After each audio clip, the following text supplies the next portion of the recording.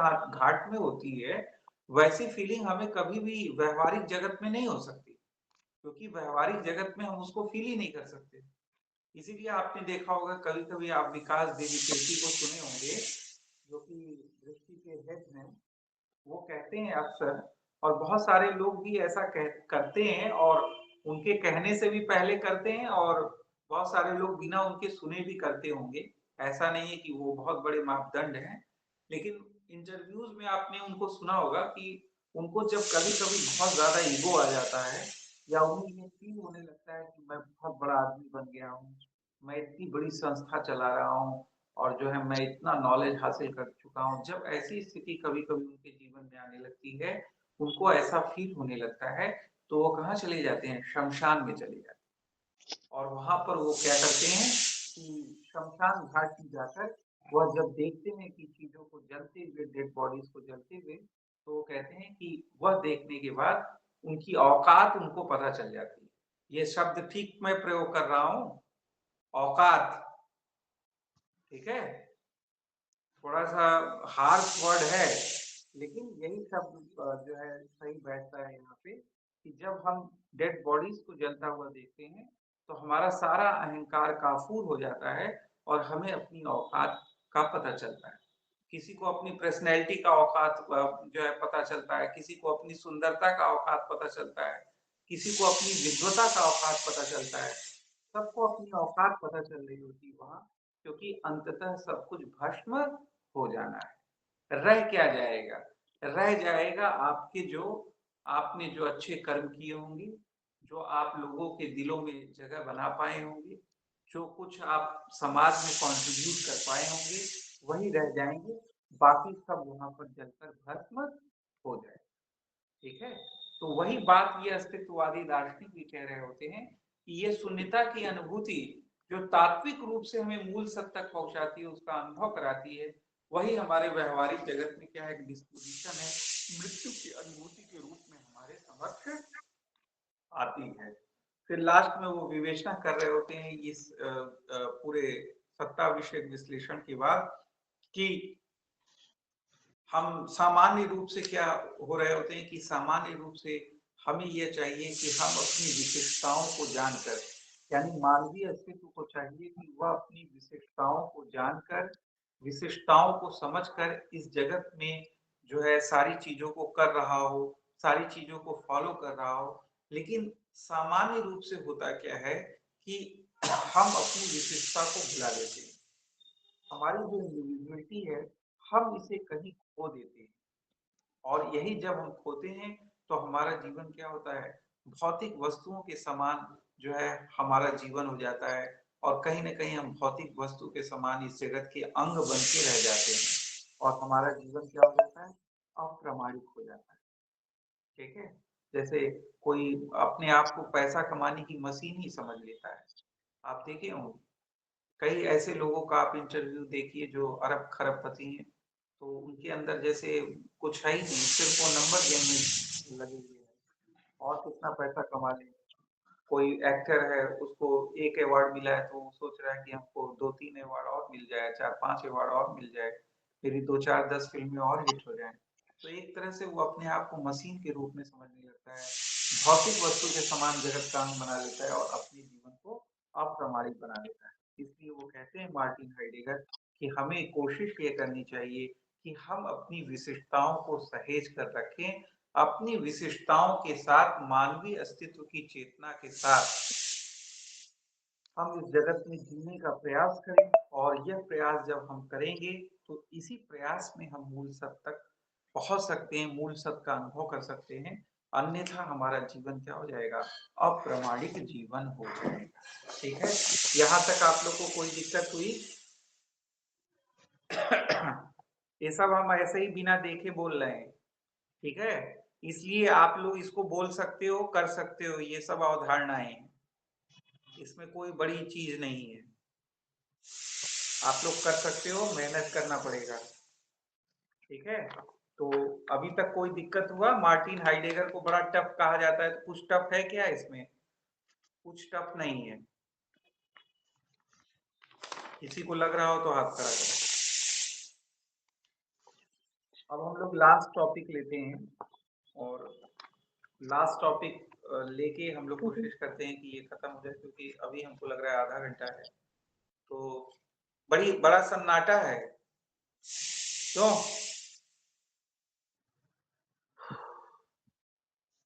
क्या हो गया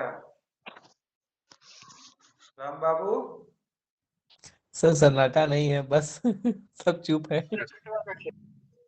समोसा ज्यादा हो गया?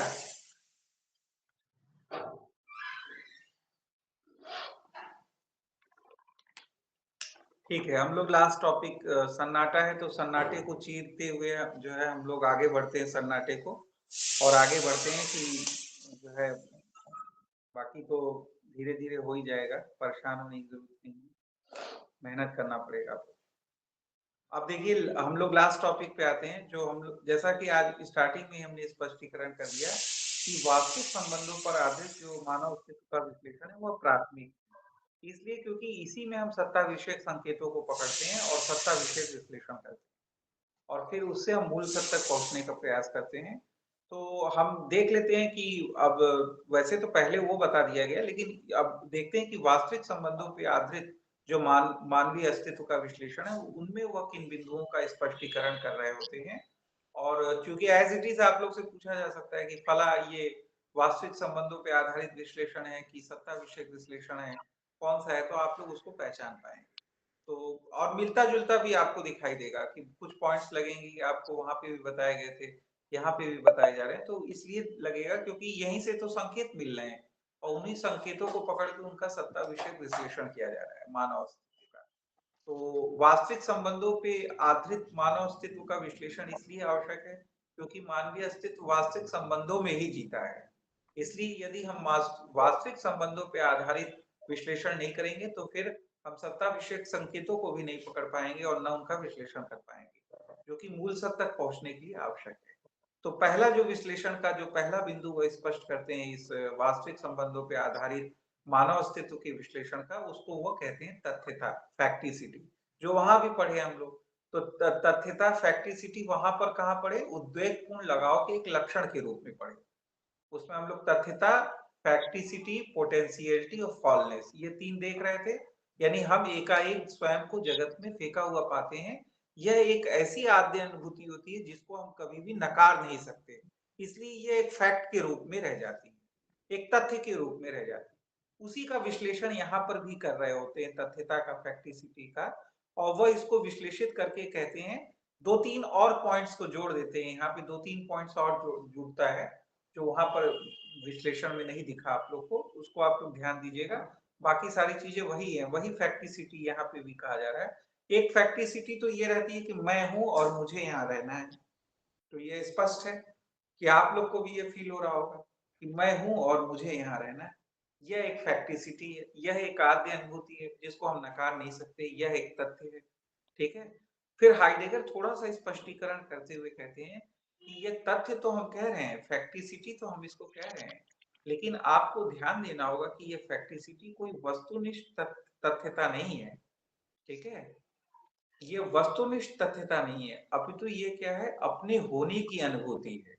यानी मेरे अस्तित्व की अनुभूति में जो मेरे अस्तित्व में जो अनुभूति स्पष्ट हो रही है वह मेरी है। ठीक है, यह कोई वस्तुनिष्ठ फैक्ट नहीं है। आपको अपने अस्तित्व की अनुभूति हो रही है, आपकी अपनी एक फैक्टिसिटी है। मीनू की एक फैक्टिसिटी है, राम बाबू की है, रेनू की है, उजाला की है, कृतिका की है, अंकिता, सबकी अपनी फैक्टिसिटी है ना। यह कोई सार्वभौम नहीं है, तो ये कोई वस्तुनिष्ठ तथ्य नहीं है, बल्कि क्या है, यह अलग अलग लोगों पे डिपेंड करता है कि उनकी फैक्टिसिटी क्या है। तो इसको समझना आवश्यक है, यह बिंदु आपको समझना आवश्यक है। अगर कोई आपसे पूछ दे क्या ये तथ्यता वस्तुनिष्ठ तथ्यता है, नहीं, ये वस्तुनिष्ठ तथ्यता नहीं है। दूसरा चीज वो इसमें स्पष्ट करते हैं कि मानव अस्तित्व की जो तथ्यता है वह कभी भी शुद्ध विषय नहीं बन सकती, क्योंकि यह कोई वस्तुनिष्ठ तथ्यता है ही नहीं। जैसे आपकी जो तथ्यता है, राम बाबू की जो तथ्यता है, फैक्टिसिटी है, जो जिसकी वह आद्य अनुभूति कर रहे हैं, जिसको वह नकार नहीं सकते, वह क्या किसी के लिए भी शुद्ध विषय बन सकती है? क्या किसी के लिए नहीं। बहुत क्लोजेस्ट फ्रेंड भी जो राम बाबू का होगा, क्या राम बाबू, आपका विवाह हो गया राम बाबू? राम बाबू, नहीं सर। नहीं, आपका विवाह नहीं हुआ है, तो आपका जो क्लोजेस्ट फ्रेंड होगा या विवाह होने के बाद आपकी जो धर्म पत्नी होगी, वह भी उस फैक्टिसिटी को पूरी तरह से नहीं जान पाएगी कि क्या, बताइए? नहीं सर। नहीं जान पाएगी। तो यही कहा जा रहा है यहाँ पे कि ये जो फैक्टिसिटी होती है वह कभी भी शुद्ध विषय नहीं बन सकती। वस्तुनिष्ठ तथ्यता को तो आप शुद्ध विषय के रूप में देखकर विश्लेषित विवेचित कर सकते हैं, लेकिन मानवीय अस्तित्व से जुड़ी हुई ये जो तथ्यता है वह कभी भी शुद्ध विषय नहीं बन सकती। तो दो बिंदुओं को का स्पष्टीकरण हुआ कि तथ्यता यानी वह आद्य अनुभूति कि जिसे हम नकार नहीं सकते, और जो हम लोग फील करते हैं हमेशा कि मैं हूँ और मुझे होना है। और दूसरा ये कि ये वस्तुनिष्ठ तथ्यता नहीं है, बल्कि हमें जो अस्तित्व में अनुभूति हो रही होती है, सभी को अपने अपने अस्तित्व में अनुभूति हो रही होती है, उस सेंस में ये तथ्यता है, और यह तथ्यता कभी भी शुद्ध विषय नहीं बनती। और दूसरा उन्होंने स्पष्टीकरण किया है वास्तविक संबंधों के आधार पर विश्लेषण का, वह है फेंका हुआ होना, थ्रोनेस। तो आप देख रहे होंगे कि तथ्यता के स्पष्टीकरण में वहां पर थ्रोनेस आ गया था। जब हम लोग वहां तथ्यता को स्पष्ट कर रहे थे सत्ता विषयक विश्लेषण में, तो हमने तथ्यता को कहा था कि एकाएक स्वयं को जगत में हम फेंका हुआ पाते हैं। तो इसीलिए कह रहे हैं कि सारी चीजें मिली हुई हैं, तो कंफ्यूज मत होइए, बस चीजों को एज इट इज समझिए और उसकी अवधारणाओं को रखने की कोशिश करिए। ठीक है? तो यहाँ पर फेंका हुआ, चूंकि यहीं से तो संकेत लेके वहां विश्लेषण कर रहे हैं, तो फेंका हुआ होना थ्रोनेस का क्या है? थ्रोनेस को स्पष्ट किया है, वही है जो वहां पे भी स्पष्ट किया कि हम जगत में स्वेच्छा से नहीं आए। हम में से किसी ने भी एप्लीकेशन फॉर्म नहीं डाला था। तो आप लोग जब विद्यापीठ में आए तो एप्लीकेशन डाले थे? विद्यापीठ में आने से पहले एप्लीकेशन फॉर्म डाले थे आप लोग? अरे कुछ बोलेंगे? नहीं नहीं सर, यूनिवर्सिटी में आने के बाद ही फॉर्म डाले एप्लीकेशन वाला। नहीं नहीं, एप्लीकेशन पहले डालती है तब फिर एंट्री मिलती है ना आपको। हाँ सर, हाँ। हाँ हाँ सर, सर, फॉर्म डाले थे।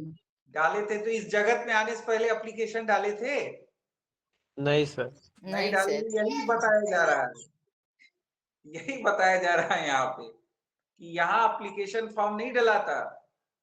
यहाँ हम एकाएक स्वयं को एक स्थिति में पाते हैं। मान लीजिए एक छोटा बच्चा है, उसका एक छोटी बहन है, तो जब उसको अपनी मान लीजिए 1 ही साल का अंतर है, जब उसको अपने अस्तित्व की आद्य अनुभूति होने लगी, और मान लीजिए उसकी छोटी बहन इरिटेटिंग है, उसके हर खिलौने को छीन लेती है, होता नहीं है ऐसे भाई बहनों में कि जो बहुत कम अंतर वाले भाई बहन होते हैं उसमें बड़ा झगड़ा होता है। रेयर में प्यार भी रहता है, लेकिन मैक्सिमम में झगड़ा होता है। कोई खिलौना है उससे छीन लेना। तो वो जो बच्चा है जिसके साथ उसकी छोटी बहन है 1 साल छोटी, जो हर चीज को उसको उससे छीन ले रही है उसको, तो वो क्या वो उस परिस्थिति को मांगा था? क्या मांगा था वो? बोलिए भाई, यस या नो? अरे बोलिए यस या नो, वो मांगा था क्या? यही बैठे हैं सर। नहीं मांगा था ना? तो वो नहीं। अपने आप यस को नहीं फेंका हुआ मांगा। ही तो समझ रहा है, यस वो सर। अपने आप को एक स्थिति में ही तो पा रहा है। ठीक है? तो वही यहाँ स्पष्ट किया जा रहा है, तो ये आप लोग को स्पष्ट हो गया। इसके बाद देखिए एक पॉइंट वो स्पष्ट करते हैं इसमें, चिंता, एंजाइटी को। हम लोग जीन पॉल सार्त्र में भी और किरकेगार्ड में भी इसको पढ़े हैं। जीन पॉल सार्त्र में हम लोग जब हम लोग पढ़ रहे थे कि विभिन्न प्रकार के जो है डिस्पोजिशंस जो है, जब हम लोग मानवीय अस्तित्व की स्वतंत्रता के साथ अनिवार्य रूप से एक भार एसोसिएटेड होता है, और इस भार से बचने की कोशिश करते हैं, और ये भार हमारे जीवन में अनेक प्रकार के डिस्पोजिशंस को उत्पन्न कर देता है, जिसमें हम लोग ने चिंता पढ़ा था, परिताप पढ़ा था, असहायता पढ़ा था। ठीक है? तो ये सारी चीजों को हमने पढ़ा था, तो वहां पे भी चिंता आया था, एंजाइटी आया था। तो यहाँ पर भी वास्तविक संबंधों के विश्लेषण में एक बिंदु वो चिंता, एंजाइटी को भी स्पष्ट करते हैं। ठीक है? तो वो चिंता वहां पर भी स्पष्ट किया गया था जीन पॉल सार्त्र में भी, और यहाँ पर भी चिंता को स्पष्ट किया जा रहा है। तो ये सब कॉमन बिंदु हैं जो अस्तित्ववादी दार्शनिक अलग अलग परिप्रेक्ष्य से सारी चीजों देख रहे होते हैं। ठीक है? तो अब ये चिंता कहाँ से उभरती है हाइडेगर के लिए? वास्तविक संबंधों के विश्लेषण में ये चिंता बिंदु उभर के हमारे सामने आता है। वो कहते हैं कि हम अप्रामाणिक जीवन तो जी ही रहे होते हैं, अप्रामाणिकता की प्रवृत्ति रहती है हमारे भीतर, यानी हम अपने अस्तित्व को नकार रहे होते हैं और भौतिक वस्तुओं की तरह सारी चीजों को हम लेने की कोशिश कर रहे होते हैं और हमारा जीवन जो है अपनी विशेषताओं को भूलकर अप्रामाणिक होने लगता है। लेकिन जैसा हमने कहा कि मानवीय अस्तित्व में ही मूल सत्य और शून्यता की अनुभूति होती है। हमने बताया ना कि मानवीय अस्तित्व में ही मूल सत्य और शून्यता की अनुभूति का संगम होता है। तो ये अप्रामाणिक जीवन तो जी रहे होते हैं, लेकिन आपको नहीं महसूस होता कि जीवन में ऐसी परिघटनाएं घटती रहती हैं, जैसे एक बहुत बड़ा एक वो डकैत हुआ करता था जिसको हम लोग अंगुली माल कहते हैं, जो कि सभी लोगों की हत्याएं करके उनकी उंगलियों को माले में डालकर पहन लेता था। तो ऐसा भी व्यक्ति था, दुर्दांत व्यक्ति। लेकिन कहीं न कहीं उसके अंदर भी तो कुछ चिंगारी रही होगी कि जब वो महात्मा बुद्ध से ही शायद मिला था, जो महापुरुष से मिला और इसके बाद उसका जीवन परिवर्तन हो गया और वो साधु संत हो गया। तो क्यों हो गया? क्योंकि उसके अंदर भी जो ये चाह थी, उसके अंदर भी ये स्पार्क था। क्योंकि शून्यता की अनुभूति का संगम होता है मानवीय अस्तित्व में मूल सत्य और शून्यता की अनुभूति का। तो कभी-कभी ये जो शून्यता की अनुभूति आती रहती है, जैसे किसी नियर एंड डियर वन का चले जाना, तो बहुत ज़्यादा मोह लगाव रखते हैं अगर हम संसार से और अचानक कोई ऐसा व्यक्ति चला जाता है, तो ये शून्यता की अनुभूति कहीं न कहीं हमें अल्टीमेट रियलिटी के साथ जोड़ने लगती है। आप देख रहे होंगे कई लोगों के जीवन में इतना प्रभाव होता है कि वो सब कुछ छोड़कर संसार से विरक्त हो जाते हैं, ठीक है? मूल सत्य की खोज में लग जाते हैं। तो ये सारी चीज़ें क्या होती हैं? इसी कारण होती हैं। लेकिन वो कहते हैं कि सामान्य रूप से ये सारी चीज़ें तो किसी के साथ परिघटित होती हैं, किसी-किसी के साथ, लेकिन सामान्य तौर पर जो आम व्यक्ति होते हैं, मानवीय अस्तित्व होते हैं, उनके अंदर एक एंग्ज़ायटी पैदा कर देता है। क्योंकि ये क्लैशेस बने रहते हैं, अप्रामाणिक जीवन जीता रहता है और प्लस उसके अंदर भाव मूल सत्य की उन्मुख होने का भी होता है।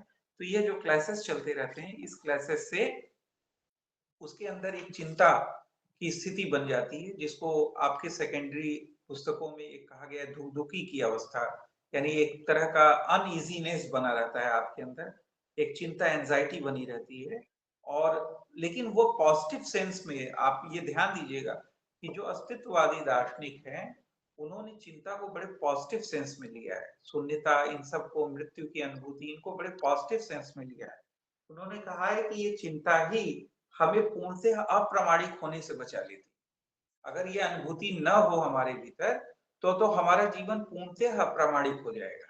तो कहीं न कहीं प्रामाणिक जीवन से संपर्क का बिंदु होता है ये चिंता, एंग्ज़ायटी, ठीक है? इसलिए ये महत्वपूर्ण होता है। इसी प्रकार चौथे पॉइंट के रूप में वो स्पष्ट कर रहे होते हैं, मृत्यु की अनुभूति। तो मृत्यु की अनुभूति तो अभी आया था जब शून्यता की अनुभूति को हम लोग विश्लेषित कर रहे थे, तो हमने कहा कि शून्यता की अनुभूति वास्तविक जगत में जो है, वह क्या हो जाती है? मृत्यु की अनुभूति के रूप में हमें दिखाई देता है। एक डिस्पोज़िशन बन जाती है, एक मूड बन जाती है और यही तात्विक दृष्टिकोण से क्या होता है? यही तात्विक दृष्टिकोण से जो है परम सत्य तक, मूल सत्य तक हमको जोड़ती है। तो इसी मृत्यु की अनुभूति को वो अलग से स्पष्ट कर रहे होते हैं, वास्तविक संबंधों में कहते हैं कि ये भी एक हमारे लिए विश्लेषण का बिंदु होता है। वो कहते हैं कि मृत्यु की अनुभूति को उन्होंने विश्लेषित करते हुए, विवेचित करते हुए कहा है कि ये मनुष्य का एक निश्चित भविष्य है। और जैसा हम लोग ने आरंभिक रूप से भी स्पष्ट किया था कि हमारे लिए अमरता की अवधारणा महत्वपूर्ण नहीं है, बल्कि हमारे लिए यह महत्वपूर्ण है कि हमें मृत्यु की अनुभूति है, ठीक है? और मृत्यु की अनुभूति की भावनात्मक विशेषताओं को भी स्पष्ट किया है उन्होंने और उसको स्पष्ट करते हुए संकेत करते हैं कि जिस प्रकार हमारा अस्तित्व हमारा है, वैसे ही हमारी मृत्यु भी हमारी है। यानी कोई कोई भी व्यक्ति हमारी मृत्यु नहीं मर सकता। हम किसी को कह नहीं सकते भाई मेरी जगह तुम मर लो। कह सकते हो क्या? कह सकते हो ऐसा? नहीं नहीं सर। समझे, अपनी मृत्यु हमें ही मरनी होगी। ये हमारा निश्चित भविष्य है। ठीक है? इसलिए ये इसके एक महत्वपूर्ण विशेषताओं को भी स्पष्ट कर रहे होते हैं और इन्होंने ही अपनी पुस्तकों में लिखा है कि मृत्यु की अनुभूति जो है इतनी विशिष्ट होती है और इसकी अनुभूति जिस प्रकार से हमें शमशान घाट में होती है, वैसी हमें सामान्य साधारण जीवन में उस प्रकार की अनुभूति नहीं हो रही होती है। लेकिन मेरा यहाँ कहना नहीं है कि कोई आप लोग में से ये सब पढ़ने के बाद शमशान घाट निकल जाए। हैं? राम बाबू क्यों? तो जो पढ़ाया जा रहा है इसका मतलब ये नहीं कि सीधा उसको लेके और उसका प्रयोग शुरू कर दें। न भी जाए तो समझ तो सकते ही हैं, क्यों?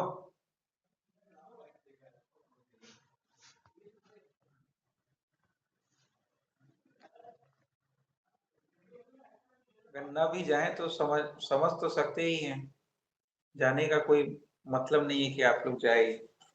अच्छा चलिए, अब ये सारी चीजों का विश्लेषण विवेचन करने के बाद फिर उन्होंने अपने एक लास्ट बिंदुओं में कुछ जैसे वहां पे हम लोग ने स्पष्ट किया था प्रामाणिक अप्रामाणिक